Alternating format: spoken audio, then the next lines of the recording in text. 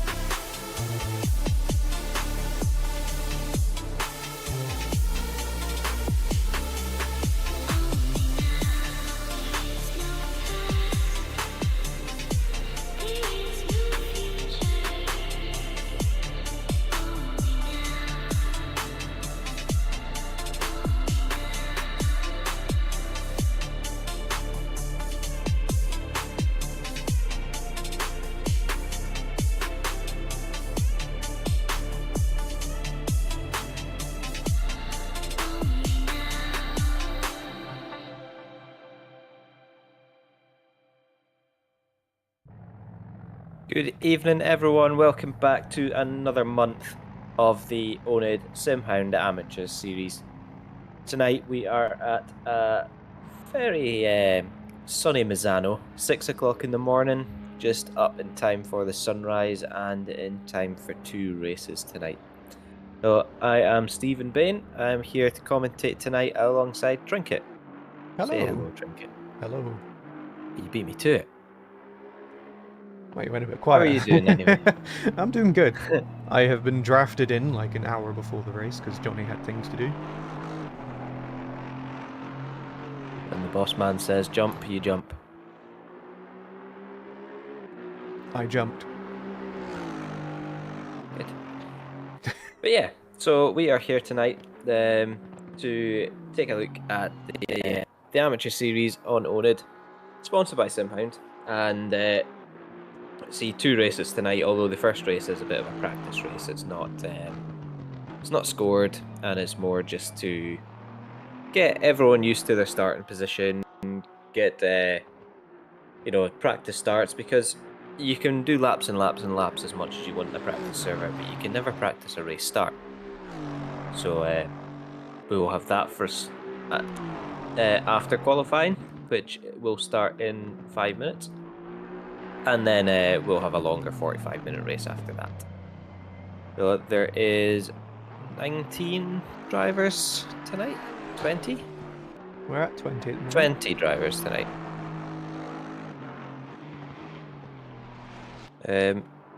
So it should be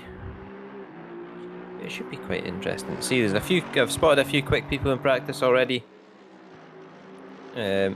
which potentially might be a little bit too fast for the amateur series, but we'll see how they get on. So Misano, it's a track that I dislike. Would be a nice way of putting it. I do enjoy driving it, to be fair, but it is incredibly easy to get a drive-through on. And don't worry, I have a drive-through counter ready. Good. What I'm interested is, will we see a drive-through in the 8-minute race?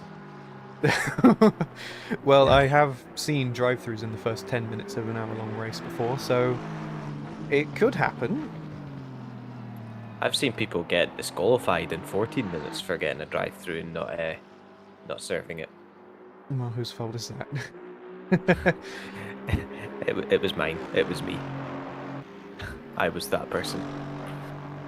Pop in chat and say hello to Lou, Remco Torn, Sam Page, Ben Royal, Darren Eaton, and Alex Barkin. Hello! Also, Darren Eaton posted in the AMS chat. He's watching on the big TV with his missus, so hello, Mr. and Mrs. Darren Eaton. I'm on the big screen, I made it. Yeah, Darren was actually... so SimHound sponsor this series, and every month they donate a pair of their SimHound gloves to us to give to one deserving amateur. It's not necessarily the person who wins. It's the person who shows kind of progression through the series, and you can see their pace increase. And Darren actually won that in July last month. So there'll be a set of SimHound gloves heading his way shortly. But it did mean that he got also too fast to race in it, so it's having to sit by the TV and watch. But Yes. It's good that you're still watching, Darren. To see, and we've also got D-Val in chat as well, playing poker. Which,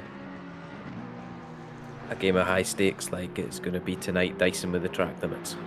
Yes, I do love myself a bit of Texas Hold'em. But not for real money. No.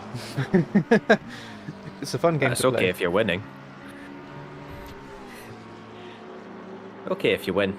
Not so good when you don't. And you get to the point where... Close. Oh, yeah. On you go. I was just saying this. It's always the worst when the one person has loads of money and they just start high betting you, and you're just like, okay, fold. And then it goes downhill from there. Just I was keep going to say, stealing look the how close blinds. it is. Look how close it is at the at the top at practice. It's pretty close all around the field. It is a bit more spread than it would be in some of the events that we run, but for an amateur series, it's really nice and close. We don't have that many people too far off the pace, and as they get more experience on the track, I expect it will start improving for them. Definitely. I don't even know if the track is even optimum yet. It's still not. fast, It's still fast. And what I've always found when the track is fast is that some drivers, it doesn't seem to affect their lap times that much, but other drivers it can affect it like over a second almost. Track dependent as well, obviously, but it could take a lot of people into play, whereas others might not move too much from their lap times when it does go optimum. But I would imagine it will go optimum probably by a few minutes into qualifying. Possible, because we have these run on different simulated days. There's a chance that the track might lose some of its grip. So in the short qualifying, I'm not sure if it will make it, but we'll just have to see. I suppose it is early in the morning, but with no rain forecast, the rubber shouldn't get washed away, so hopefully we'll get a nice optimum qualifying session for everyone. It's always best to see people's best foot forward, but if it's fast for everyone, then everyone's on the even playing ground. It's the worst when it goes optimum at the worst time when you're not on track. When you've got like one lap to go in qualifying, like 2 minutes left, and you're almost finishing or you've just started a lap kind of thing, and don't get the full use out of it. But I see a few more people in chat as well. Collective World is in. Darren Eaton saying the gloves are in order and the road place is current SimHound gloves as well. Hope you got a different colour this time though. And Toby Lewin is racing with RTO tonight as well. And having a bit of a spin there. And the other thing, I don't like this oNiD Racing account because you don't know who it is. Well, I can surmise that it's probably Johnny, because it would either be me or Johnny, because of course I'm signed into the oNiD Racing account. It could also be Ben or potentially Adam.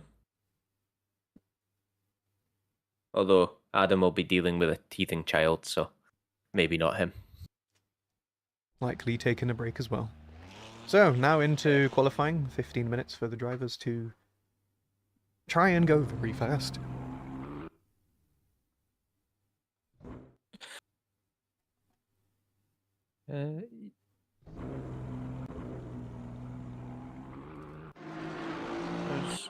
There we go.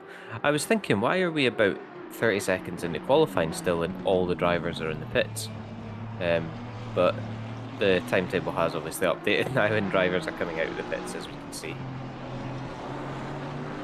So it's going to be an interesting one. With we saw a couple drivers in practice not managing to set a lap, and when I was watching in our practice before the qualifying session, there was an awful lot of invalidated laps too. So what would you do on this track? Would you try and set a banker lap for a start? Maybe go kind of 90% of your pace, get that kind of fast bank lap in, and then try and push, and you may invalidate, but at least you've got your lap. Or would you try and push from the get-go? I would try and push from the get-go with the fresh tyres and what. But if I keep struggling to set one towards the end of qualifying, if I still don't have one, then I'll just try and set a banker lap in so I'm not starting from the back. Yeah, it was like on racing on Tuesday night in the oNiD Tourenwagen Masters. I ended up having to fuel save on my fastest qualifying lap because I invalidated every lap beforehand or spun on it, got to the last lap and realised I didn't have enough fuel to get the last lap in. So I was having to lift and coast into corners just to get a lap in. I remember watching you run out of fuel right after the line. Oh, I must have only got about 10 meters past the line when it cut out. Although I could have jumped up a few more places had I got a good lap and not had to fuel save, at least I jumped up about halfway up the field. Or it would have been a very well, I say it would have been a very interesting race. My spin on lap 1 put me back to the back of the grid anyway, so it didn't really matter too much. But enough about me, because these drivers are now on their laps. It looks like James Russell has got out of the pits first, so he will be first to set a lap. But Loic Giraud was quickest in practice, so we'll be expecting a top 3 out of them in qualifying. Although it was close between they as well, so let's see who... Yeah, it was pretty close at the top. I think first and second were separated by about 50 milliseconds. Yeah, it really was close. So Russell coming round has managed to keep his lap valid, so will go on to provisional pole. There he goes, a 1:36.7. So it's a good lap. It's about 1.5 seconds off what we saw in practice, but it's a very good first lap. Josh Wick's getting within 0.03 of a second of him as well. But there's a lap from Mateba. Oh. Just switched over to rolled as they invalidated at the first corner there. Oh. That's the worst, is it? You invalidate the first corner and you think, oh god, I've got to drive around the whole lap again before I get to go. Yeah, it's definitely not good on the mood, let's say. Tony Fensom as well in chat saying, gutted I can't race, rank is too high now. So we have implemented the SGP ranking system into these races now. So we set the max limit to 6,500. If you're under 6,500, or equal to potentially, I can't remember. It's only 1 point of a difference either way. Then you're able to enter into this. If your rank is above that, then you're deemed to have kind of be a little bit too fast, or your experience is really good. And because this series is aimed for the newer or kind of drivers who are wanting to improve their pace up from kind of lower level to compete into other leagues, then we thought we'd try using the SGP rank to do it. Now, there is some people who haven't raced before on SGP, so won't have a rank, or some other outliers, depending on what races they have done. But generally, I say we think that it seems to be the right people in here. Now, of course, we've got the special Alex Parkin joining as well. As I switched them, currently 1.6 seconds up on their lap now, but have unfortunately caught up to a car ahead of them, and they are on a valid lap, so that will cost them a bit of time, but they are still quite a bit up on their lap, coming right to the end, so it shouldn't hurt them too much as they vanish wide. Okay. How to make a McLaren disappear. Alex putting it up into 6th place after that lap. You know the track well enough to want to do a ride-on? Well, I mean, I can say if it's a right or a left coming up, but I don't know the names like some commentators do. But yeah, we can go for it.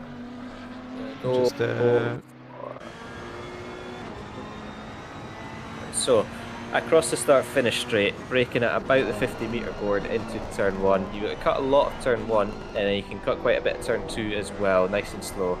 Then you should be able to keep it flat out round turn 3 up to here. Wanting to brake just as the grass starts about there, and then it's a really slow corner, turning in tight, and then tight again, cutting a lot of the curb. This is the invalidation corner. You cut too much of the apex, you get an invalid lap. Run too wide, invalid lap. really difficult to judge. Then down the back straight, braking just about the 100-meter board there. Hits the brakes hard, get it tucked into the apex. Very nicely done by Mohammed there. Running wide. Then a kind of double apex right-hander. You want to brake about the first one and not run too wide. A little bit wide there, but managing to bring it back into almost late apex for the second straight. Coming down here, you have two flat-out right-hand corners. There's a lot of fun, these. Yeah, here comes the other, and then you want to hit the brakes for the third one. Really easy to run wide and invalidate and get 2 track limit warnings here before the last hairpin. Hard on the brakes, down into first or second and through, and then you've got 2 quick lefts. There's one, hitting the brakes about the 50-meter board here. Stab, brakes, turn it in, cut the curb, run out, and that is a lap of Misano. And that is going to put Marijuana up into 3rd place. Only just 4th place. Very close. Oh. But I was watching their delta through that. They're improving in a lot of areas. They went wide at that one bit, as you mentioned. Lost about 2-3 tenths there. And you can just see their delta jump up and down, which I'm not one to pay attention to it too much, but in qualifying it really helps to know where you've improved or where you've lost, and you can try and correlate your thoughts to think, okay, I did it better before, I did it worse this time, I did that better, and then you can try and piece it together to try and go fast. All the useful information. So I'm going to jump in before it changes, but we said it was going to be close at the top. Do you think it could be any closer? Oh my, I didn't see that. Oh, we've got 2 purple laps. Look at that. Yeah. 2 fastest laps. Obviously, Giroud setting it first, and therefore does have the pole position. But 1/1000th of a second of an improvement from either of them will get them. And they're both currently on a valid lap and improving. By about the same amount as well. Oh, no, they just both lost the same amount and they're both at 0. Oh, it's the commentator's curse. They're also following each other around on track. They're about 3 seconds apart lap time wise, so maybe that's why they're ending up getting so close to each other. James Russell here, about 1.4 seconds up on their lap time. This is gonna slot them in quite nicely. Definitely, and should be coming around the last corner, so going up into 3rd place, 3 tenths off. That's a great lap from James. Very, very good, and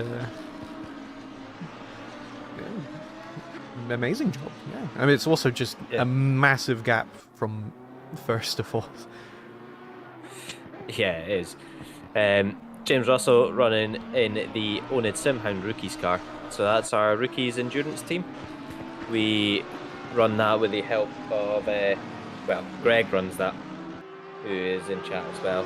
He runs the rookie cars for us, and just it's an easy way to start endurance racing with no pressure, no expectations on you must do this lap times. It's just come along, have a bit of fun, and learn the ropes really.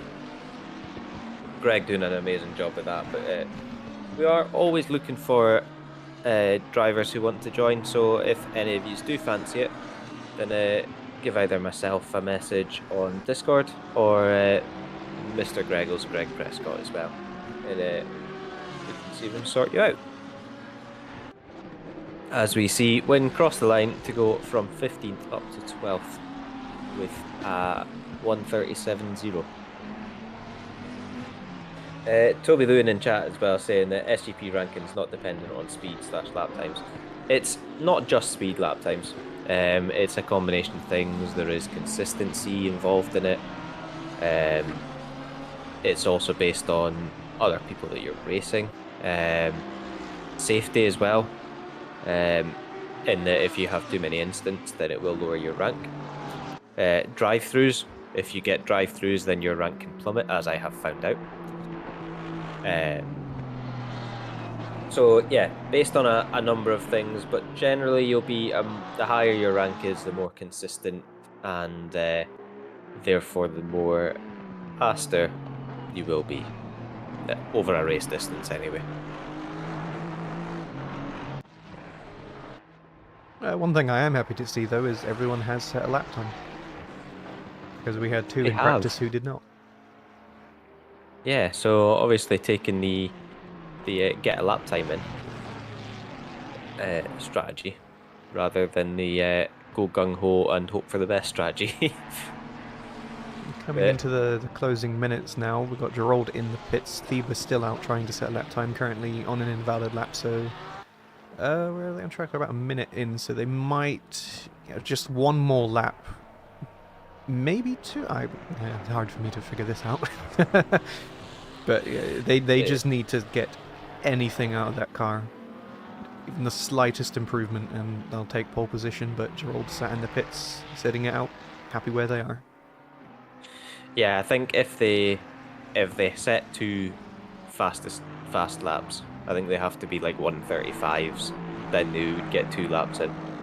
Or yeah, 2 more laps, but it'll be tight. So most drivers will be going on to their last laps now in qualifying. Oh, I was just watching And Sam Page looking at there. the He was leaderboard, a most of few them are tenths red. up. Just lost it all in that last corner there. But Jovan Thieber Kovacic is on a lap. Where is he to? Oh yeah, He 1 second is up. a second up on his, coming around the final corner. And goes from a 140.7 to a 140.8, so almost a second off. That's great improvement over the qualifying session. Just gonna watch Thieber on post. Yep, I believe this will be his last lap. Currently down on his lap time, but if you can find anything, this will be the pole lap. That Ferrari must have either messed up their laps or on an out lap, so have got out of the way nicely for them, which will be lovely for them to see. Because if they catch up to another driver, then oNiD rules are that you should not overtake and you let the other driver complete their lap instead. We don't want to see racing or overtaking in qualifying and disrupting the slower drivers' lap times. So good to see that it didn't get interrupted coming in, and that is an error coming into the corner, and that is qualifying over for Leba. Yeah, they lost quite a little bit of time there. They were about 4 tenths down, so I don't know if that was just a okay, I'm done, fly off the track moment. Potentially, you can still make up a lot of time in that last hairpin in the last 2 corners if you get them right, but it might have been I'm on the wrong line, I've ruined it, kind of thing. But Josh Wicks is coming round the last hairpin, round the last 2 corners, and is about half a second a lap on their lap at the moment up. Won't be enough to jump them forward, which is amazing to see. But will set what I think is now their fastest lap time they've done round this track. Because in practice it was a 35.7, I'm sure Josh said. And he said, I'm never going to get anywhere near that any time again. And it's about 20 minutes later and he's beat it by 2 tenths. Mackey's coming around to just lost a little bit of time in that last corner, but is going to jump up from 15th to... Oh no, I'm watching the wrong car. He has gained time again. Coming around, is going to jump up though to 14th.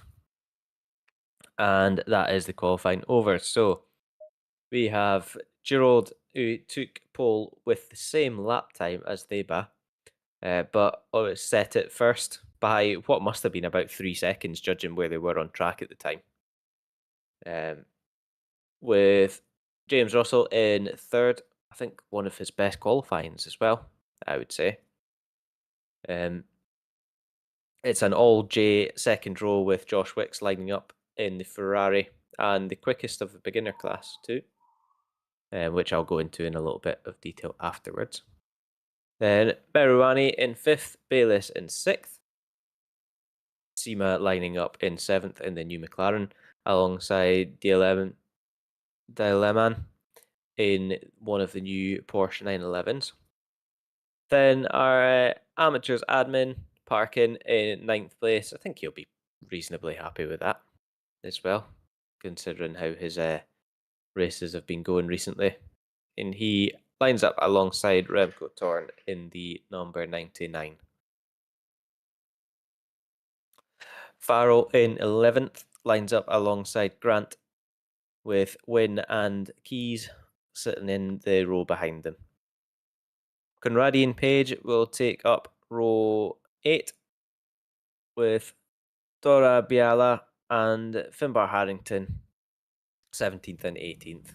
Then on the last row, it is Lopez and Kovacic, who is definitely our oldest amateur, I would say, as well. So I'm still amazed that he's still racing. It's great. I think he might be the oldest on the grid. He's definitely not the oldest in spirit. He's a legend. Always good to see.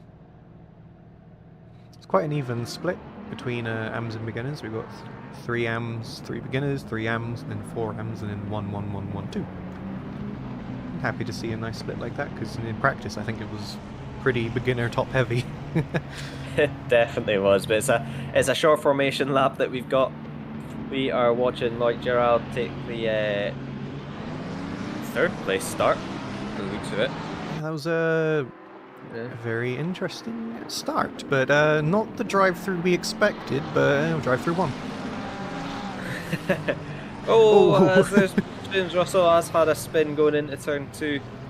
Just a little bit of contact, and Wynne early on as well. This is why we run this practice race. It gives everyone a chance to make mistakes, basically. As we've seen the McLaren and Matt Keys, I think, parked up in the side as well. But going back to the front, we've got Oscar Bayliss with a great move up from 6th place. I think they started up to 3rd. Right in behind is going for the loop down the inside, which in turn ends up defending from the McLaren. But that back end of that being Mercedes getting very loose, letting the McLaren of Giroud back up the inside and takes 3rd place away again.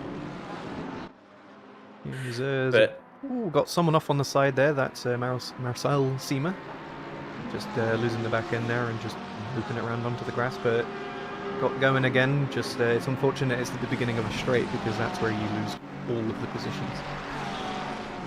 Yeah, but really good to rejoin, stay to the right hand side until they're back up to speed and then filter back in. So that's what we want. As Oscar Bayliss has had an issue going through the fast right. Does he just lose it on the curb? Or has to take avoiding action on the McLaren out front, runs wide and loses it on the marbles, and is unfortunately going to have to sit there until he can get back going. But that's 4th place down to 19th and into the pits. So all drivers do have to take a mandatory pit stop in both these races. In the first race, it's just kind of a bit of a practice pit stop. In the real race, it will be the full pit stop, and it is for, and this is where I've not done my preparation and read it up before, but they do have to take 1 pit stop and they have to refuel only. So as we see Conradi in the gravel. Just caught a replay of them losing it on turn 1, just got a bit too much of the curb and span around, and then after the replay we see them in the gravel, so it all piles up.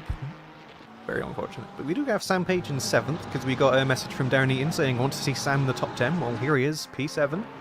But of course this is race 1, the practice race, no points are awarded here, but finishing well is always a good motivator. Yeah, definitely. I mean, if you finish well in this first practice race and you move up positions, and then you get going. As we see some side-by-side action through these kinks, that is a brave stuff from Jovan and Dorabiala, which I'm sure I'm absolutely murdering that name pronunciation, but yeah, brave stuff going side-by-side through them. I'm not sure I would want to. And we also just saw them both go wide at the same point. they followed each other off track and now following each other into the pits.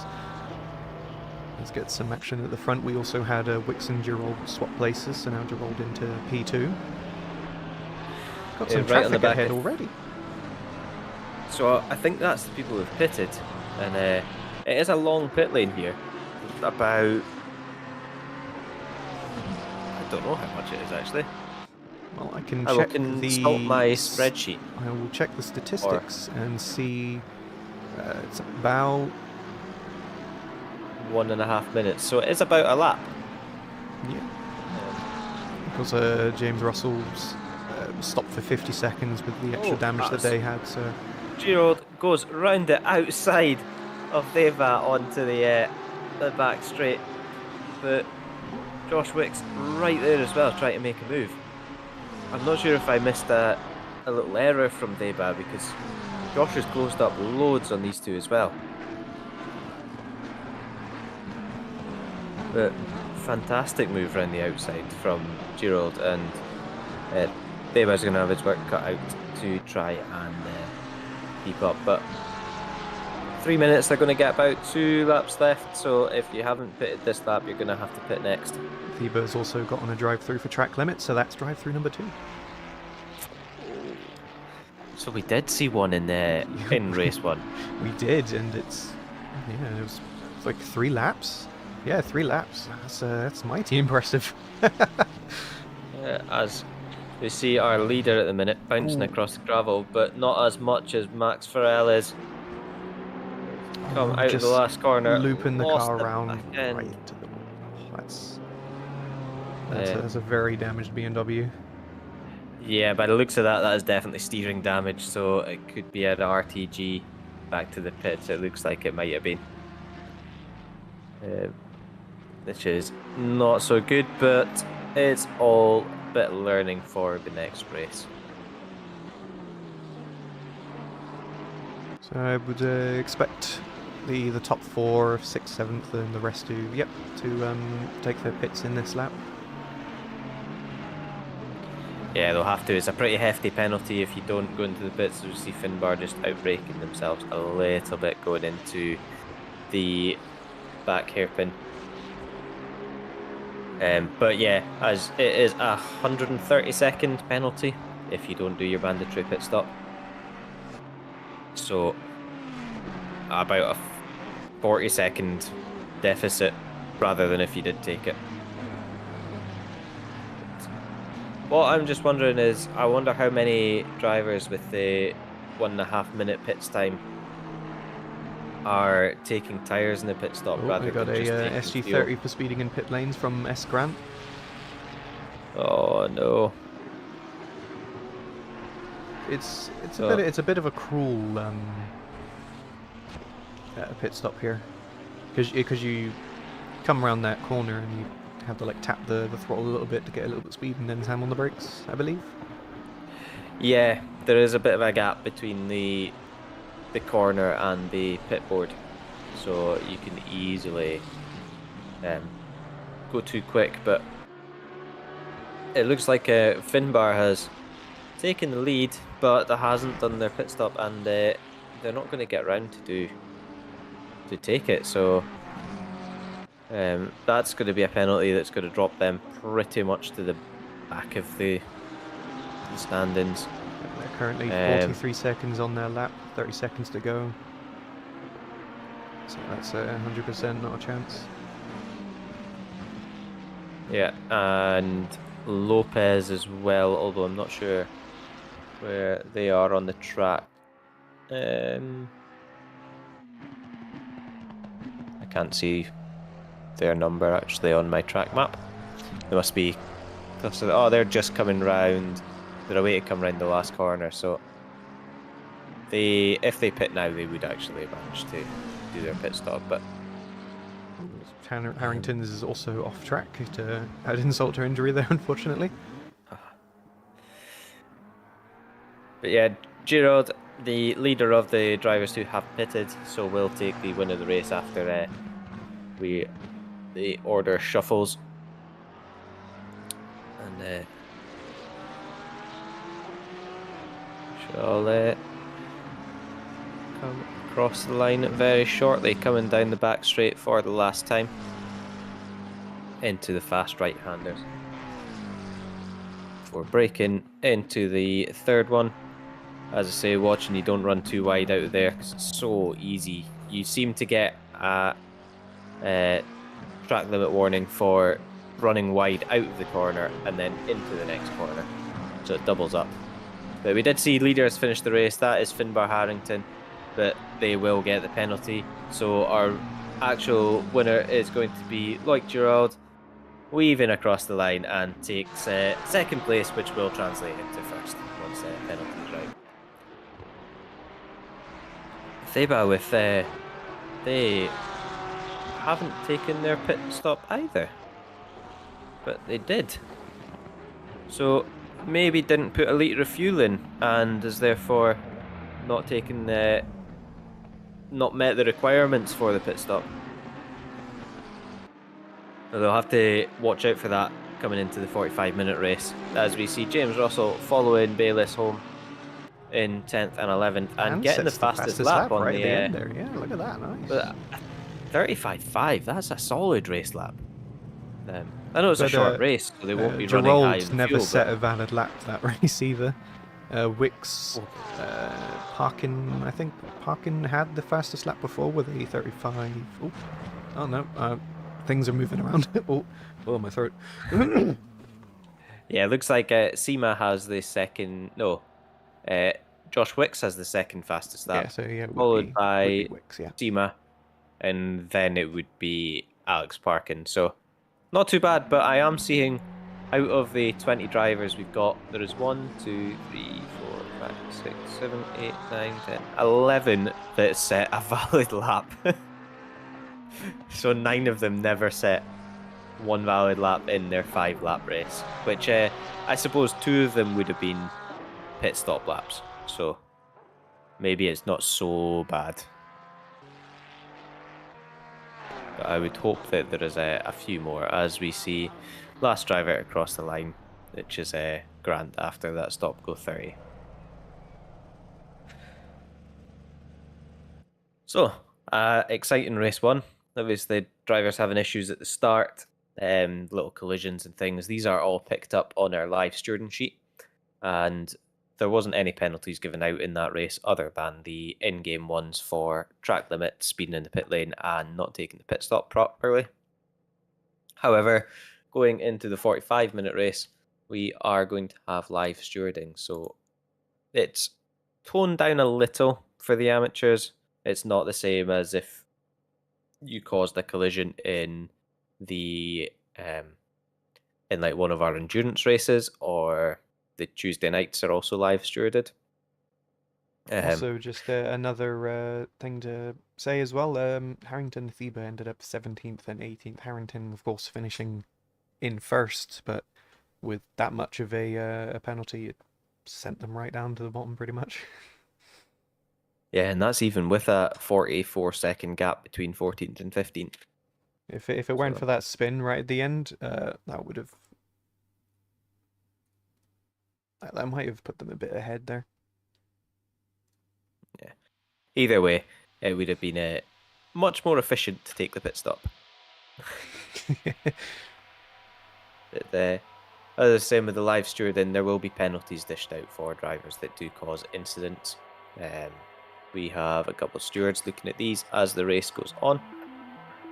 So we might see a few seconds pop up, and I do have the sheet up so I can see what penalties are coming in and what they are for. So I'll keep you updated on them. But jumping into chat as well, got a little bit to catch up on after that race. So Ryan Davies saying Parkin, Seema and Keys in an AMS. What have I missed? Well, they're all OSGP ranked, so they're able to. It's just sweaty persons like yourself, Ryan, that can't get in.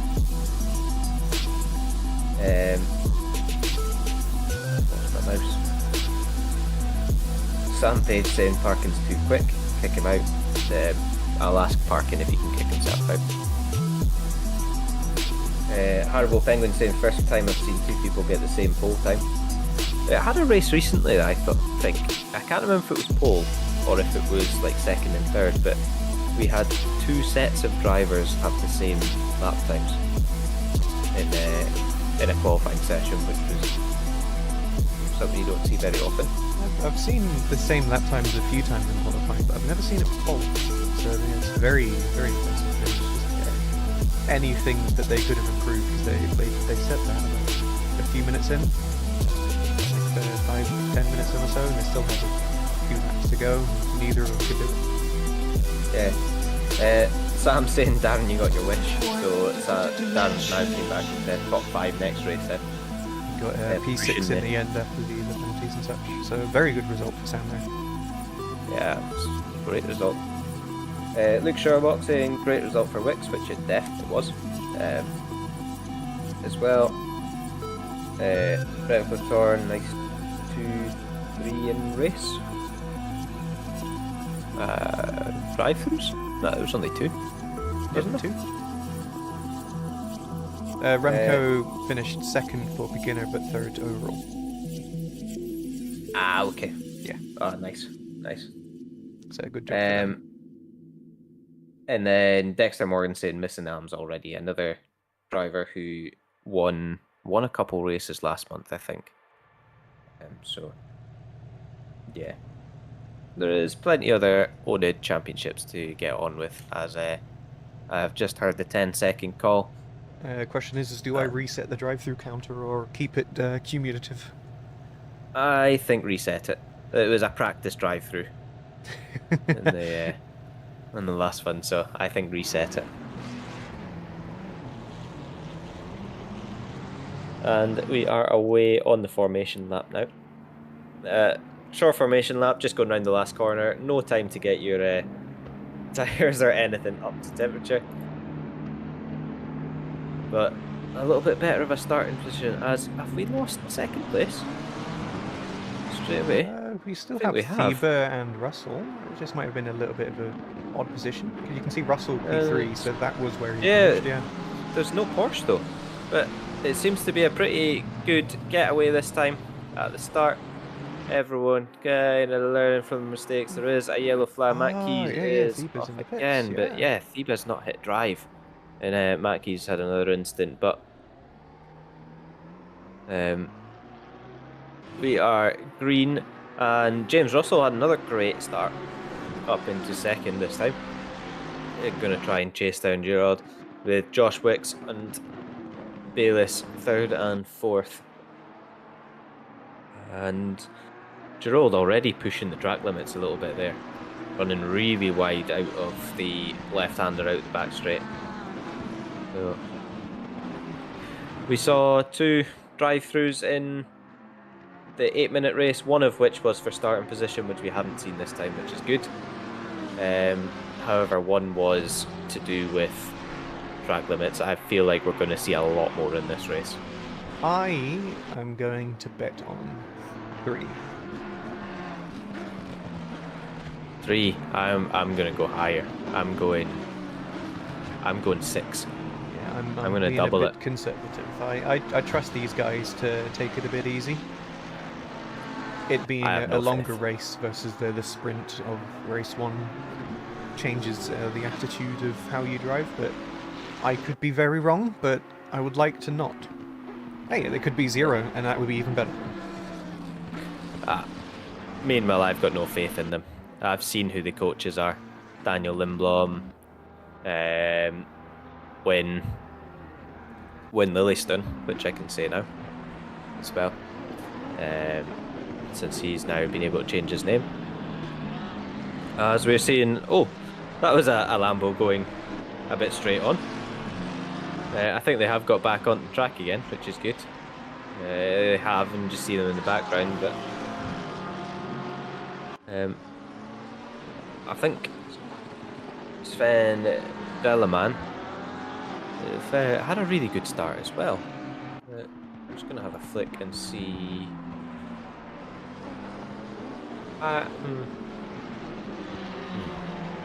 That doesn't. Something's went very wrong with the statistics. I don't know if you can see that, Trinket, but apparently Theba is up 18 places. Even though and Russell is down 1 place. I see Thaber is down 18 places. Well, mine's flipped. And Russell's up 1 place. Yeah. Might just Mine's want all to reconnect flipped. then. And I can just change the colour. So, biggest gainers then, I guess, are Sam Page and Dora Biala, both up 5 places in 11th and 12th. Biggest losers, unfortunately, Grant having dropping 6 places, so I assume having a bit of an issue on lap 1. And obviously Theba, but they are still in the pits, as you can see in the background there. As we see some penalties coming through, and that is for Sam Page as well. It is for not giving enough room, as we're seeing 3 cars go side by side. That is Finbar Harrington coming out of the pits, but Bayliss and Seema side by side, and Alex Barkin's having a go as well in the background. So Finbar going for the very early stop along with Grant. A bit of a different tactic, but now caught up in all the traffic. When having that little bit of an issue going straight on at the at turn 4 earlier, now looking to get back past a couple of people. Dorabiala and Sam Page makes a lovely move onto the back straight past. Now just hope the Lambo is quick enough to pull away from that McLaren to not make a move back into the hairpin. So the penalties that Sam's got, he's got a 5-second penalty. That is going to be served at the pit stop. When he'll go into the pits, it will be a 5-second pause before the mechanics work on the car, put fuel in, change tyres, whatever he has selected. However, if they don't have another pit stop to go, for example, if Finbar Harrington gets a penalty, then it will just be applied at the end of the race. But Marcel Seema getting right on the back of Dale Ammon in the Porsche, taking a nice tight line through turn 3, but not quite enough to get up the inside into turn 4. Going to have to sit back as there's been an issue, and that's Dora Biala and Conradi coming together. It looks to be a turn 2 as there's a wee bump between the Lambo and Sam Page, and then unfortunately Sam Page can't get out the way, and the McLaren and Ferrari both collide with each other. Really unfortunate that such a little bump that turned into so much more. Yeah, it's also just unfortunate. It's like you don't want to come back on track like that, and you're trying your best to not, but when you're out of control of your car, you're out of control. Yeah. If you're doing everything that you can do, then it's of course there's not in your fault, and you probably won't get a penalty for it. But of course that's up for the stewards to decide. Yeah. So what we insist on is that as Seema does get past Yelaman because they run wide, and Bayliss has got down the inside as well, but I think the Porsche is going to get a better run out and has the inside for the next corner, so only drops the 1 position. But that's good for Marcel Seema, and they're going to get up the road to try and catch Marouani. Right. But Alex Parkin going to make a move down the inside at turn 1, a lovely move there, but Porsche sending it round the outside. Can he hold it? Oh, Parkin, you've been done. Oh, that Porsche just sped into that corner and went, I am taking that. It was quite rapid, that was. That was a great move by Sven there to go around the outside of Parkin, just after I praised him as well. That's great racing in general. Look at him go. Definitely. As we've got zombie visuals in chat as well. Said forgot to sign up. That's a shame for the two-sided. That is Fiona in chat, and Daniel Hearn as well saying evening. Daniel, who is going to be racing. Oh, as Parkin's lost the back end. Man, you just catch it, and Remco Torn getting down the inside just in time before getting collected. I think you complimented him and gave him the curse. Oh, we've got Wicks and Russell trading places here now. Just made the move. Nice, that's Josh Wicks up into second place with a 4-second gap to first place Gerald. But anything can happen. As we've seen another penalty come through, 5 seconds for car 3.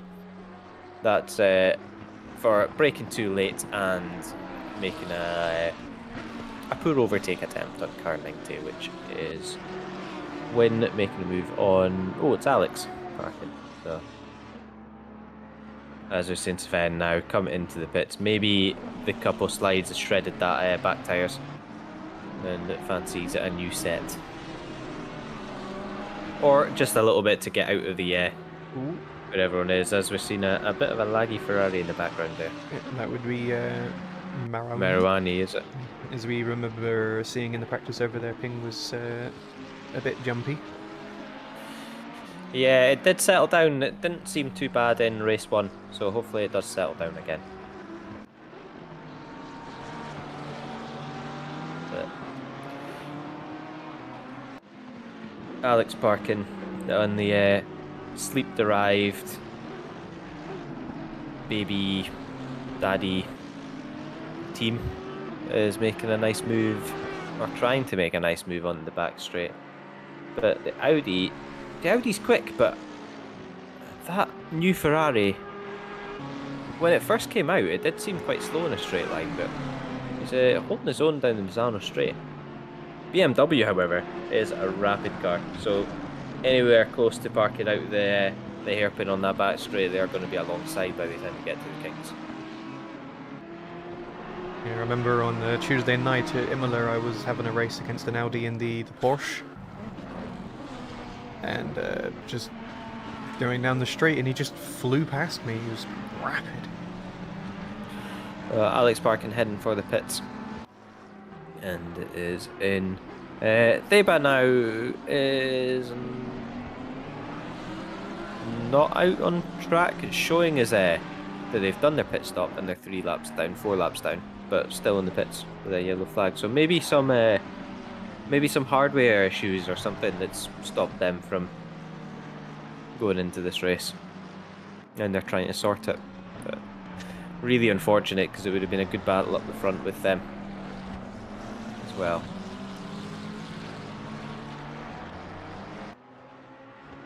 So we've got a few. So no drive-throughs yet. Got a few guesses in chat. Luke Sherlock guessing 5, Darren Eaton guessing 7, and Dexter Morgan guessing the same as me on 6. So all going quite high compared to your 3. And if we get 0 to 3, that means I win. Does it? Yeah, I could. I'll say that. Closest wins. Yeah, closest wins. Less is good though.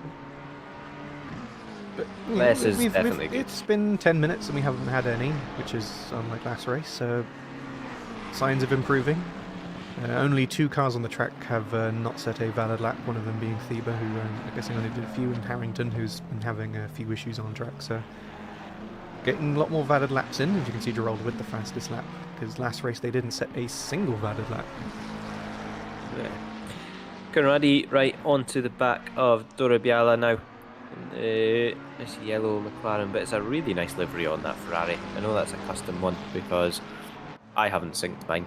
It's just black, unfortunately. But it's a good job that Trinket has, the professional streamer. But yeah, lovely purple and pink. I'm not quite sure what the logo on the side of it is. I assume it would be Necro Racing. Just gets another 10 seconds. That was running into the back of another car. Yeah, running into the back of another car. So just after they did get a warning as well, for the same thing, but it's easy to get caught out at the same time, and it is an amateur series. Incidents are going to happen, as Marouani has disconnected. I think that was a crash that made it look a lot worse because of the lag. Yeah, I think the same thing, yeah. Just get a quick 30 seconds on that, just to see if anything caused that to happen. I think they've lagged into another car by the looks of it. So you can see Marcel Sima quite close to the back of them. And then all of a sudden they're going wide and yeah, flying. So I think there's an definitely adventure. been a little bit of an adventure going on. Just having a look. Car number are they? 22. So 22 and 28 were picked up as having a collision, which would be Marcel Sima. So I think that's lag has happened and they've ended up inside each other. And well, judging by how slow Sima was going there, actually, maybe both have got damage. Yeah, Because that was Bayliss just getting up into 4th place. Yep.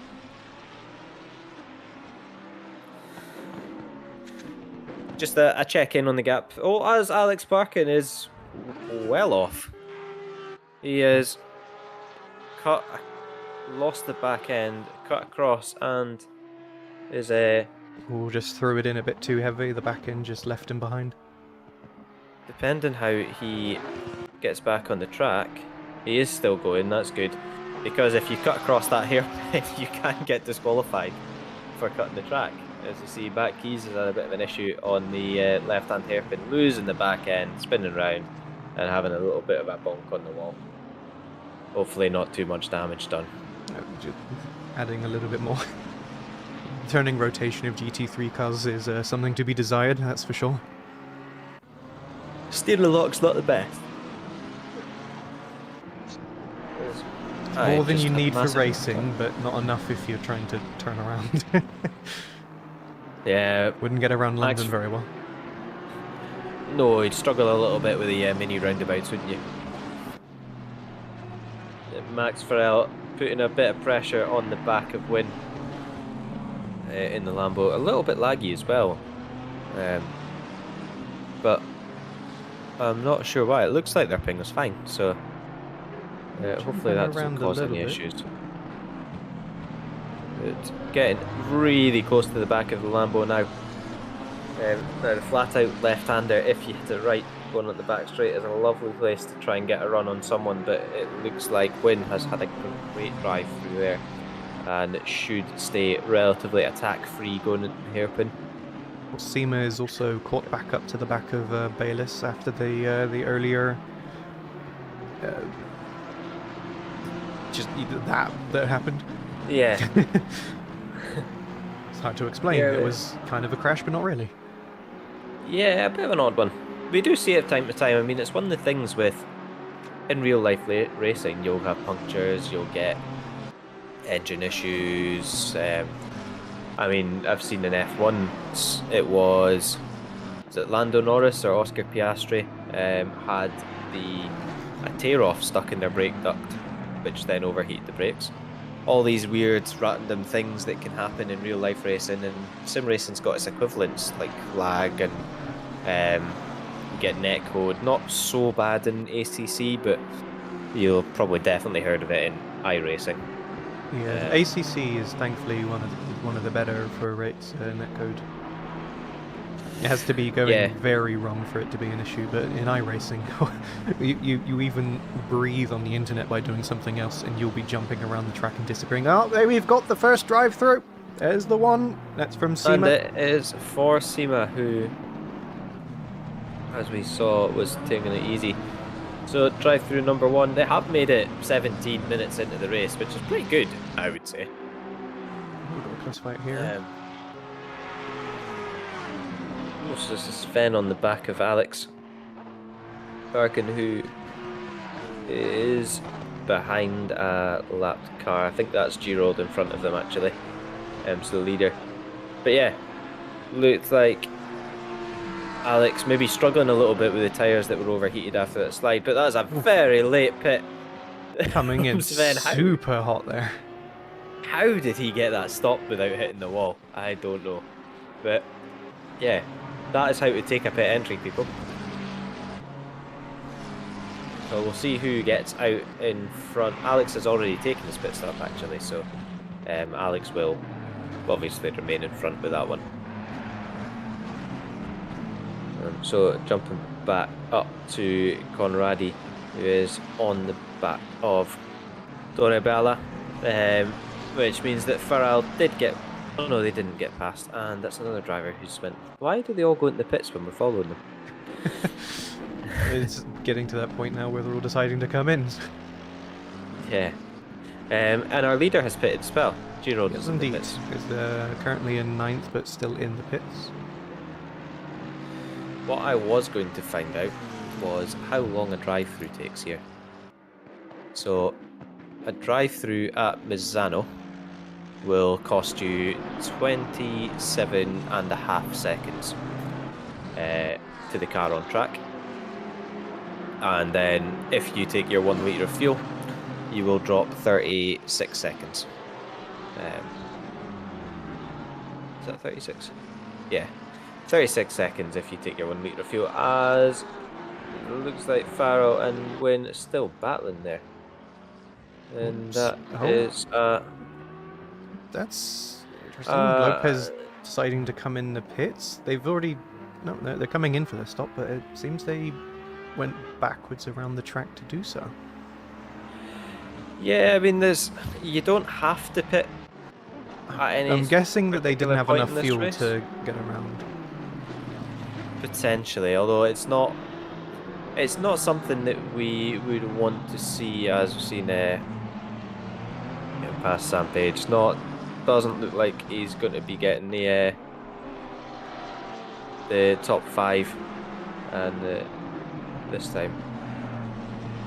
Unfortunately, having to get out of the way for all these 7th, 8th and 9th come through, which is Giroud actually come back out of the pits into 9th. So is still the leader of those who have pitted, but now has a little bit of traffic to get through, especially if some of these drivers don't pit anytime soon. And with no tyres mandatory and only a litre of fuel, it doesn't really matter when you pit if you filled the car up to the end at the start. Just come in, drop that litre in, head straight out. It was the strategy for our, was it 75-minute races on the last Sunday League we did? That's of course an extra half hour longer than this race, so 45 minutes can easily be done on a single set of tyres. Oh, definitely. Very easily. Unless you're having instants. And it's not fixed time refueling, is it? It is not. No, so yeah, you can really get a lot of time for just splash dash. Yeah, like... Although I am seeing most pit stops being quite high. Seema's was a 1 second stop, so they obviously did the splash and dash. But yeah, most people are around the 30-second mark. Yeah, so most apparently Dieleman was 0 seconds in their last stop, but did they have the drive-through? No, that wasn't them, was it? No. No, they had 0 second no, stops. It was Seema that had the drive-through, which I suppose might be that 1 second stop. Because they've not actually done their pit stop yet, so maybe a little bit off on the timings. Well, when you have the drive-through, it automatically chooses it when you come in. So your pit stop will be off. So if you drive in, stop in your pit box, it will just send you straight back out. Because of course you have serve penalty turned on. Yeah, it's maybe what Seema's done because they're back in the pits this lap. Yeah, so, that would make sense. Maybe a bit of a brain fade moment. Yeah, and they're stopped for 10 seconds so far, so it looks like they'll be taking a bit more. But still on this battle as Farrell has now got past Wynn in that turn 2 move that we just saw, and is now going to go on the hunt after Remco Thorn in the Ferrari. They've obviously not managing to get whatever issues sorted, is still in the pits, so it is a race to write off for them, I'm afraid. hopefully they'll be back next race as well. Fiona in chat saying you'll have a big land boat back on the tracks next month. You can still join in this month if you want. There's no need to wait for next month to join back in if you want to race next week. Then It's just drop in, drop out. yeah, jump in, get the land boat out for the next race, which is going to be at a track with a hairpin, because that was the theme this month, the very rough theme. So the next one is going to be at Zandvoort. A nice, tight, twisty track for all these drivers, but you're seeing on screen, we are seeing Marouane fighting with Tilleman, trying to get the run on the back straight. It's very close, might make a move down into the braking zone, into the left-hand hairpin. Does look to the inside, but tucks back in, thinks better of it. And we'll try and get a run later on in the lap, but this could be it actually. Getting reasonably close, easy to get down the inside, doesn't this time. Stays back, takes a bit of a tighter exit onto the back straight, which should give them a nice run. Tilleman feeling the need to defend early and break the toe, but has to go back to the left hand side for the kinks. Go through, thinks about making a move, but doesn't quite. Is going to try and get the run round the outside. Again, just not close enough. It can be a tough track to get a pass done at Misano. As we see Sam Page running a little bit wide out of the first kink. What happened there?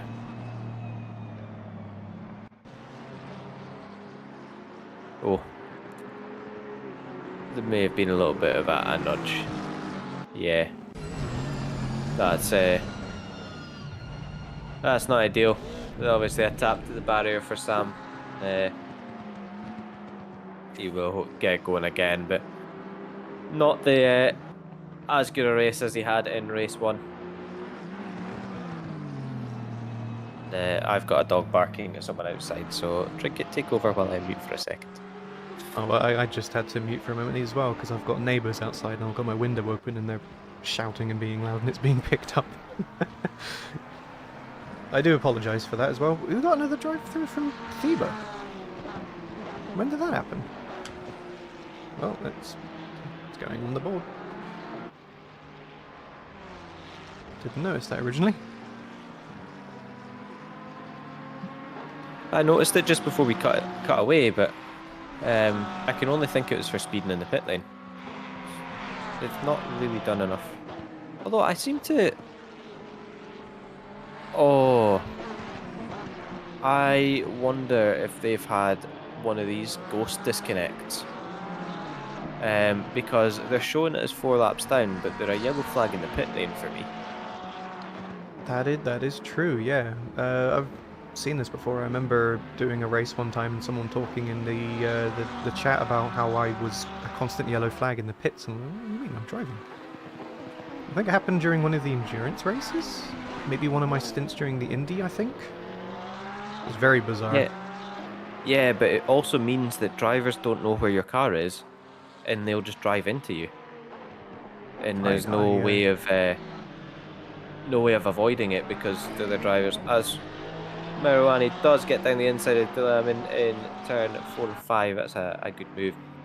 We'll now try to move on up the road. 9 seconds to the next car. Bayliss with our third. Oh, that is unfortunate as well. I assume that one's a track limit one. It was indeed. Yeah, it looks like it. So I've just had a look at the incident sheet, and there's a lot of incidents regarding car 18, which is Theba. Oh, and Dora Biala just get a stop go 30 for speeding in the pit lane. That's another unfortunate one as well. Yeah, there's a lot of incidents with number 18, so Theba, but they're all no further action. I've got a feeling that they're driving around on track and the other drivers can't see them and therefore are colliding with them, and that's why they're constantly back into the pits. very unfortunate, especially because you have absolutely no idea unless you're like, in the Discord chat or reading it. If you're just out there racing, you have no clue. Because as I mentioned, I'm pretty sure it happened during my stint, one of my stints during the Indy 24. And I just saw the yellow flag for Dealerman there. And unfortunately, Mirani just collided with them as they were off track. Let's get a quick replay on that one. Dealerman, who's also got a drive-through now. Oh. I'm not sure what happened there. That's... Yeah, that's... I mean, a drive-through for that is very easily explained. They missed 2 corners. Yeah, so that's up to 4 now. And so well, Alex Parkin, if you want to jump on with them, are getting pressurised by Marcel Sibat. Just been overtaken by Bayliss. But has a lot of damage to the front of that Audi. Sibat going for the move down the inside into the kinks. Oh, and there's contact. They came together. Alex, is he going to hold it? Is he going to hold it? No. He did manage to get it stopped though, just before the gravel. Yeah, so in that situation, Parkin almost held it, but once he knew that it was past the point of no return, he'll have jumped on the brakes, held them, and it stops the car rolling unpredictably back into the track. It's something we strongly encourage, because it avoids further crashes from rolling into the path of other cars. As we see Max Farrell getting up into 5th past Grant. Grant having a really good race actually, up in 6th, considering they were down in 19th off the start. That is a fantastic... okay. I was about to say, getting a lot of yellow flags from Dealerman recently, and they're not having a great race. No, they're going to get disqualified for that. That obviously we don't know what happened before that, but if you reverse for too long in this game, then you are going to get disqualified, unfortunately. So it's rather unfortunate because it is quite hard to turn around in a pit lane.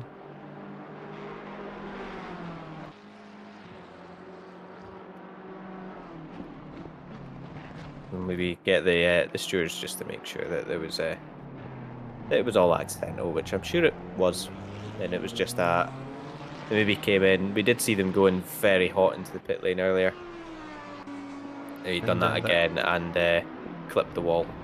Yeah, that collision they had was quite heavy on the back, so I assume they lost a lot of their rear downforce, and so they were just losing the back end everywhere trying to come back to the pits. So that's my 2 cents on it, but I don't know what's going on in people's heads. It's Conradi getting a bit on the curb, losing the back end there. I noticed that quite a lot with Ferraris in some of these races. You just get a little bit of nearly does it again. Just get a little bit of the back end loose, and it just wants to go. It seems to heat up the tyres a lot if you do slide. Other cars maybe don't rely on the back grip as much, whereas the Ferrari seems to really push it. So when you do heat the tyres up, it's so easy to just then lose the back end more, and before you know it, your tyres are red hot. Grant and Farrell have closed up the gap. We've got yellow... Oh, hello, where are we? I have no idea, but we've got a yellow flag for Parkin and Keys. I don't know if that was a coming together. Let's just get a quick replay on what happened to Keys. I think he just lost it on his own here. Yeah, that back end of the McLaren stepping out again and just grazes the pit exit wall. But I could not tell you what happened to Parkin, but he is gone from the race now. Yeah, I think when it shows you the car park at the back of the track, like it did, that is a definite disconnect. So maybe crying baby time.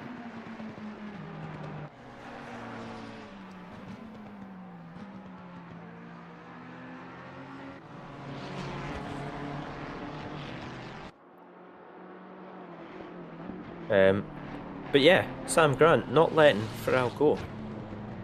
And as I say, has had fantastic pace in the race, considering they started in 12th, did drop to 19th, I believe, and have managed to get back up into 6th as we have had Parkin join again.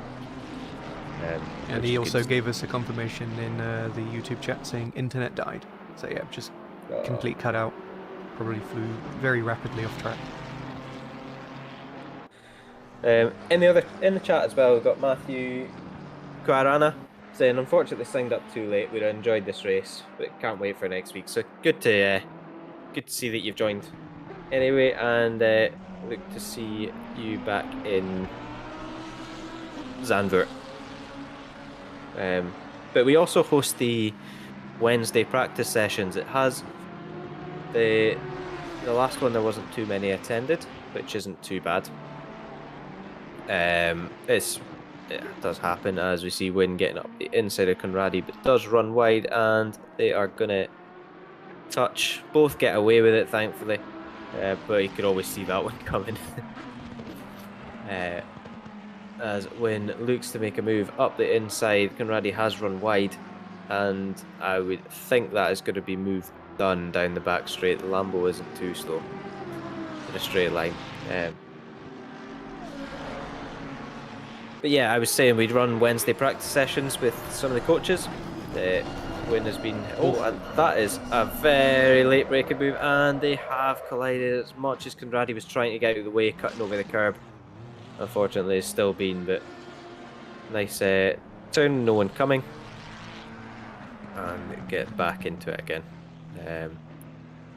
Wynn getting around as well. Hopefully they haven't cut the track. Although they have stopped on corner entry. And have returned to... No, they've that'll been be for disqualified. cutting the track. Yeah, that's... Oh dear.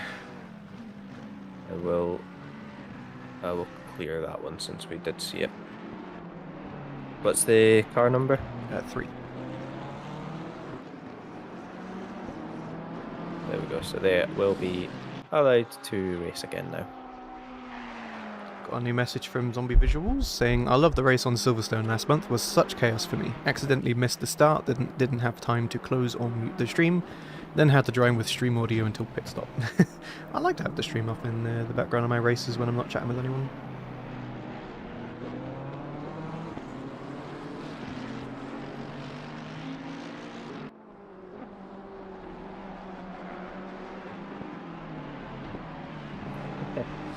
What, are you trying to say that the stream audio is bad?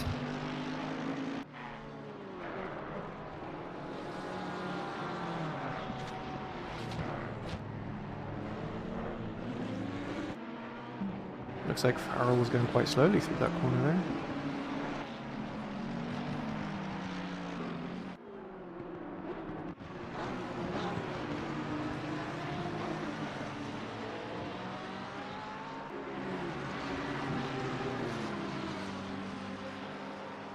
Oh, sorry, I have been...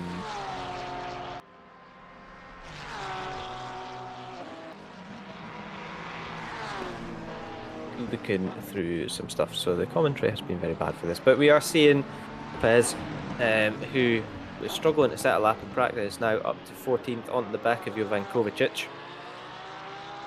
in it's quite a nice blue and orange livery. I don't know if that's just an in-game one or if that's a custom one, but I like it. It reminds me of Iron Brew, which is always a winner up in the Iron Brew, it helps you and with through. you as well. Oh yes, I have it in my fridge right now. It's my favourite soft drink. It's always my favourite thing when I used to go up visit my parents during like summer holidays or something. We'd take the road trip up there. Maybe stop at a McDonald's in Carlisle or something, cross the border, stop at another McDonald's, just having like the quick stops or whatever. And you stop at Carlisle, you just got the McDonald's. Ooh, my voice. Just have the McDonald's, Coca-Cola everywhere. Cross the border and then it's just Iron Brew. I always love that. Yeah, as seeing a very wide entry as Sam. Oh, don't move, Sam! A quick replay on that one. There was 3 yellow flags there. Oh, just a bit of a coming together. And just, although they just collide at the apex as well, and Sam does realise this car's coming just before he comes back on the track, which is good. It is very, very easy to get into the heat of the moment and just want to get back on the track as quick as you can, and forget that there might be other people coming. It's also very easy to misjudge how much of a gap as Thunder loses the back end, and then Lopez can't get out of the way, unfortunately. So that is really, really unfortunate there. Thunder turned round, but is back going again. Loses a place to Sam Page and all that too. But we've seen Oscar Bayliss right on the back of Farrell and down the kink right, looking to make a move on. How quick's that Mercedes? Does get down the inside. There's not an awful lot of room, so Farrell does get round again, back in front, as we've seen some penalties come in as well. Got missed who that was for. It was for Marcel Sima running into the back of another car, unfortunately. But this battle is still ongoing. Bayliss down the inside into turn 1. Going to try and convert it to round the outside for turn 2, and still on the inside. A little bit of a door bang, but not too bad. The BMW gets the run round the outside, but Bayliss going to have the inside as there is heavy contact from Grant and Farrell in the background, and has to give up position to Sima and all that, but at least they're all pointing in the right direction still. It's getting quite door banging in his last few minutes. Yeah, definitely a little bit of touring car action rather than GT3 action, but it's all in the learning process, shall we say, with 5 minutes and 20 of the race to go. Seeing a few more penalties popping up as well, unfortunately, for the drivers that are getting them, but at least the stewards have something to do. Yeah, we don't want to pay them to do nothing. They get paid? Everyone gets paid the same rate at oNiD, which is the appreciation of Johnny Ashley. As Sima getting a great run through that hairpin there. I've seen it on board. Does have to back out before the left-hander, and we'll have to go again. But if they can get a good run out this last corner, which they've closed up just a little bit later on the power than the BMW, so Farrell going to fight another day. No move into turn 1. They had a great entry into that last corner there, but the just seeing the rear rotate a little bit more than they're wanting to and having to correct it, losing them just a little bit of time, as well as just a big BMW right in front of you. Yeah, it definitely looks like Sima's a little bit more confident in the brakes at this point, catching up a lot in the braking zone of turn 1, and likewise at the end of the lap that we saw. But Grant not letting these two get away either. So, Sima going to struggle to get alongside a BMW in a straight line. Going to have to make the move, I think, out of a little bit of a mistake from Farrell, or a lot better line through one of the corners.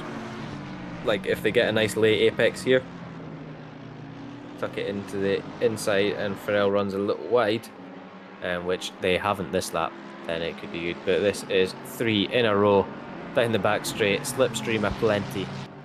Going to be hitting about 249 kilometers an hour by the end of it, coming through this right-hander. Before hitting the brakes. Really tough braking zone, that one, because you have to brake and turn in, as we see Alex parked on the inside. But these three getting around and getting very close to each other, but great racing without contact here. Wandle stuff, as we also see James Russell catching up to Jay Wicks as well. Oh, so the battle for the second place. Gerald has pulled out a 10-second lead, and almost forgotten a little bit, but we will catch up with them very shortly. But the battle for second place is on. They have a huge gap to fourth place. Sima has taken position from Farrell as well as we looked away. Damn this curse. Always the case. He seems to be pulling out quite a gap as Farrell gets a little bit squiggly after that corner there. but not enough for Grant to take him on the straight there. Also see Alex Parkin back there as well, of course. And there's been a collision. It's a late move down the inside as Alex Parkin goes, thank you very much. I know I'm a lap down, but I'm going to go through the middle of yous. But they are both back on the track. And yeah, just a bit of a misjudged overtake. Can't slow down in time. And a collision. But yeah, because this corner is quite a spot for it, because there's quite a few lines you can take through it. You can brake late, go sharp and then wide out, or wide, narrow, wide, like a normal line. It's a bit of a funny corner, that, and especially if you're racing close, it'll catch you out if you're not looking for it. yeah, definitely. Yellow flag from Kovacic. Oh, man, it Oh, just keeps going. no. Is that Giroud? That was Is that Dorabala. Giroud? Dorabala. Oh. Let's quickly see what happened to them, because we only just caught the end of it. Uh, Oh, he caused it to begin with. Oh no. Just. Oh, and then just loses the back end. Trying to keep it away from the Yeah. Lambo. Yeah, just. It's one of those things you. When you get to. Oh, they were. That was an. I was going to say over lapping, but it's not, because it's not Giroud, it's Dorabala. That was for position. And they have lost 2 places due to it. Very unfortunate there, but there's been a lot of incidents in the last little while by the looks of it, as Giroud crosses the line to start the last lap. Got a that was Conradi, I believe? That Ferrari there? Yeah, Conradi in 10th place at the moment.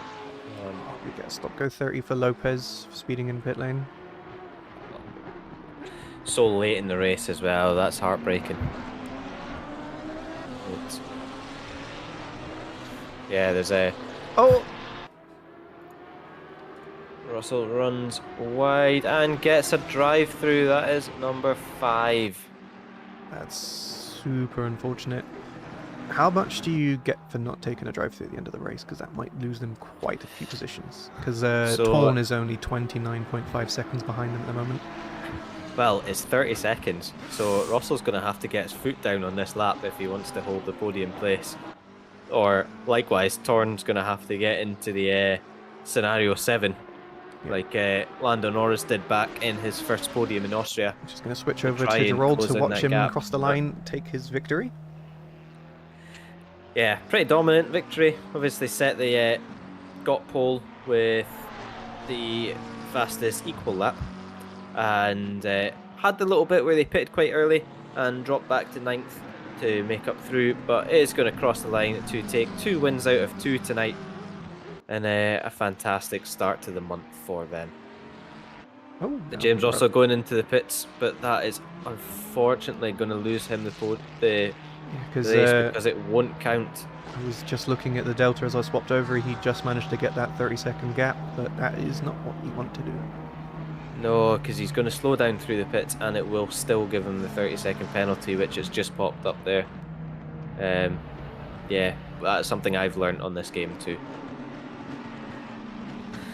Jump back to Marcel Sima, has a 9.5 second gap to Grant, but with a 10-second penalty, although I think the stewards are really pushing through to get these penalties sorted out before the end of the race, but there is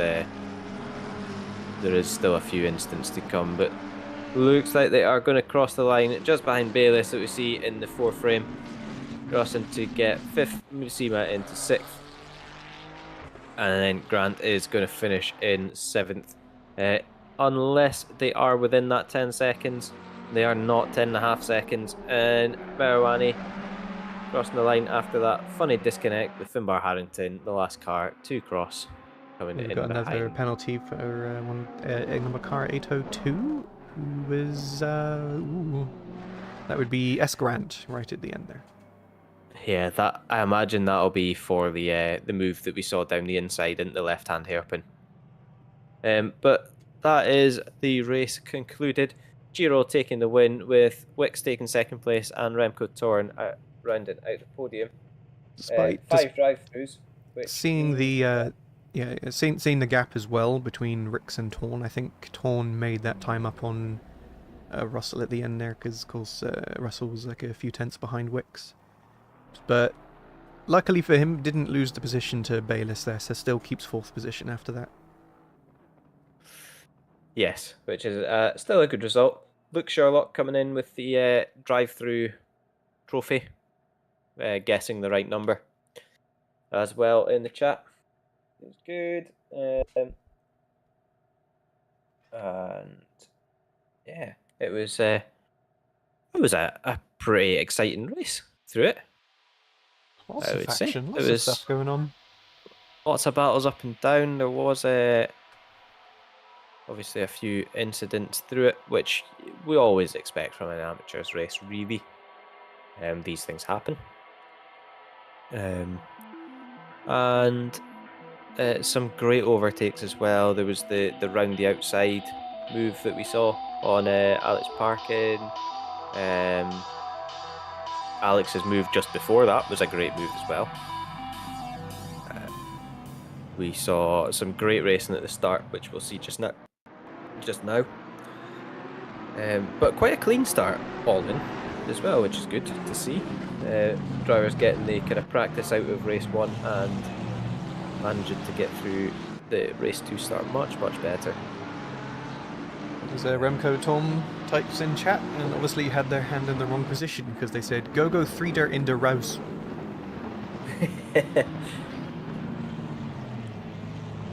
Yeah. Did Remco take the? Remco took. Oh, Wicks. third? Wicks would have Wicks. taken the beginner class. Good result from Remco Tom. You can see him in 10th at the moment at the race start, so that was a very good result for them. Definitely. Oh, and they kept going. Van 1-0 Nara 3.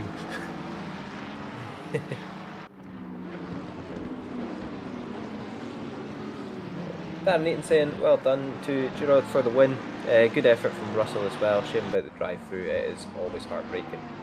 And Page and Parkin have an eventful race as well. Parkin always has an eventful race, I find. Yeah, I'm not sure I've seen them not have one. Me neither. Hopefully he'll. I don't know if he'll stay in the arms, if it was just a one-off tonight, or if he'll come back for a few other races. Obviously, if we make it keeping everyone in check and having the steward in is the priority, obviously. But I'm sure we'll let Parkin race in a couple if we can, because with a little one now, he will be finding it less and less time to get some driving in. But yeah, there's been some great racing action tonight. It's been really good commentating on it as well. Really exciting. Get things happening all up and down the grid, and my throat is a little bit sore now as well. I didn't get a drink before we started. Neither did I. Neither did I have any food. I sat here for about an hour before the race thinking I should go make myself some food, and I didn't. So I'm quite hungry and quite thirsty. So I'm hungering for some numbers. Yeah, professional commentators here, obviously, as always. But we'll round it off. There is going to be...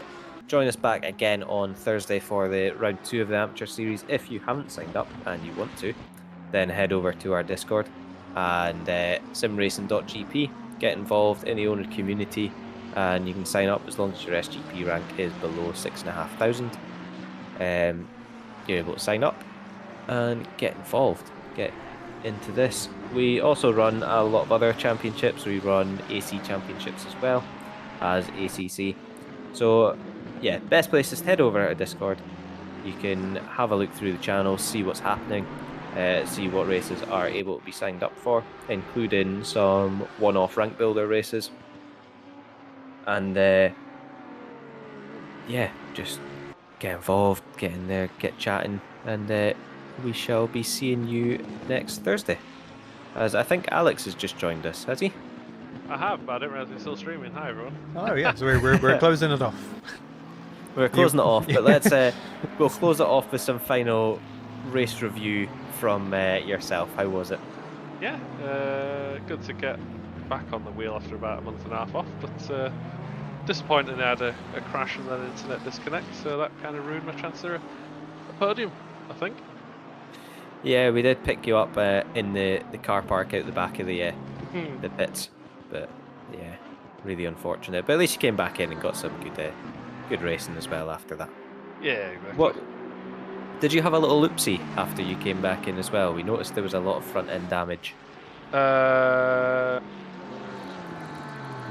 can't remember, to be honest.